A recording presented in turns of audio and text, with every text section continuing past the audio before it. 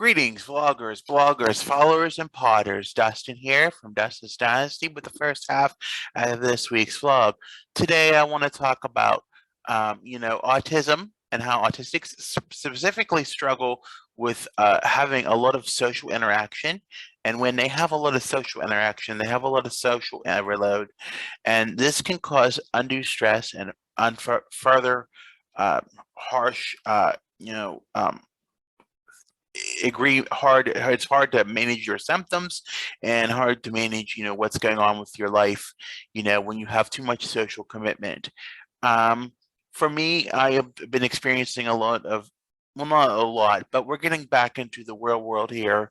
Well, what is real for what we can think of before COVID came into play, and now we're starting to ease ourselves out of it, just as I'm doing today, recording this YouTube video a day earlier than normal, because tomorrow I'm going back out into the community more, so I needed to do this video today on my off day.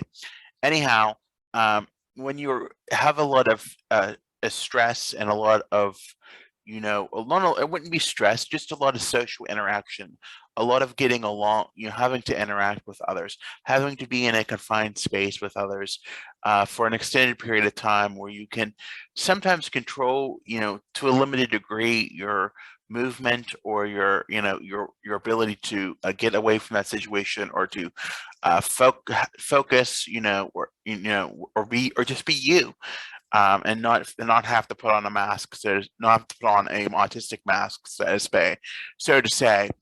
That's a big struggle for me. I think a lot of times when we go out into the real world, a lot of is expected of us, and especially, since COVID changed a lot of the things we did, and now some of those things are easing off as time goes on. But we weren't, well, because we were so many of us, including myself, were set so far away from having to be the luxury of being home and having the tools that we have now to do things virtually.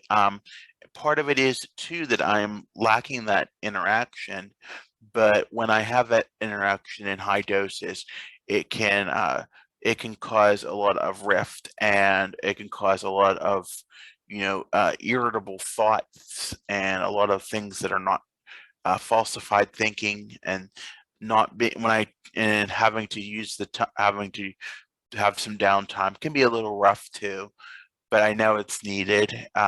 It definitely is needed and should be respected. I didn't know that for many years, and even to this day, I still don't do as much self time after a long day, or I just make the day a little longer, about an hour or so, and then I do need that time. But when I give that time for me to uh, take care of myself, for my self-care, away from that, to de-stress from that day, or take care of my need, um, it can sometimes be a cause. It can be, I can be frustrated because I had to use that time. I had to yield that time to take care of myself, and then I don't get to focus on things that I would otherwise enjoy or otherwise have to do, that particularly may or may not be my interest, and that may be difficult for me to get through. And then the day is short. So, in reality, I don't have a lot of engagements at the end of the day, and sometimes I do. It varies day to day, but I have to know how to use my time wisely. And as we know, autistics are very regimented, and they're very routistic, many of them. So, having to stray away and not schedule that time to have to wind down from an egregious day of activity can be very struggling and be very challenging. Um, I did yesterday was one of those days where I was up at 4:30. I went to work, went to the day program yesterday. I was not home until 4:15, 4:30. Went for a walk on the bike trail. Did not get home until 6 or so, or 10 till 6, and I was crashed for a little bit. So it was about 8 that I got back on, moving on, and that only gave me 2 hours, 2 good hours of free time. And I know that's to sound like a lot, but it is a lot. and then sometimes that having all that frustration can cause irritating thoughts that may not always be true, um, that you may want to just give it up because it is too overwhelming, or it presents challenges, but the challenges are expected because it's part of life. For me anyway, I know not everybody can work, and that's understandable. And some people do work and they get overstressed. And I think sometimes autistics have too many that go, without proper services for many years, do not have the proper supports in their jobs, and or they do not disclose properly, or any of those factors that could not produce a positive work environment, and could ultimately lead to crash, dismissal, termination. But thankfully I have enough accommodations to accommodate my needs to be met at work. But still, it can be a challenge when you're doing things that you weren't doing 2 years ago, that you're out 2 3 days at a time, and you just need that, you're just ready. So some things that I'm learning to do is I need to also fulfill my time, to fill that void with energy, if I can get back on my feet and get, or just fill it with some headspace or some mindfulness, that so that it's not being filled with irritating, irrational thoughts. It's sometimes just being aware of things, and being mindfully aware, and even if it is watching a movie or something, or even for dinner, getting a couple nights a week, getting a nice small treat, or something, to supply, to enter, to make the night feel rewarding for getting through the week. I never thought of that. I did think of it somewhat, but I was always rewarding myself on Tuesday because Tuesday was payday. But reality is, I should wait till Wednesday because that might feel a little more rewarding. Maybe pop a movie in or something. I have, there's many movies, documentaries, whatever you may want to feel. That I feel that something to engage your headspace in a good place, so it's not in that irritating, repetitive thoughts, or thoughts of wanting to give up. And I know for me, it takes a lot sometimes for me not to give up, and it's very struggling sometimes. um it just varies. But just that time, after after being out for the day, it has to be respected. If you're a family member watching this, or if you live, or if you're an individual living with family, please let them know that that has to be respected. That personal space and that personal time, especially when there's a lot of overload, a lot of when you may or may not have to sensory mask, or autistic mask, uh, to get through the life that is not built for us, frankly.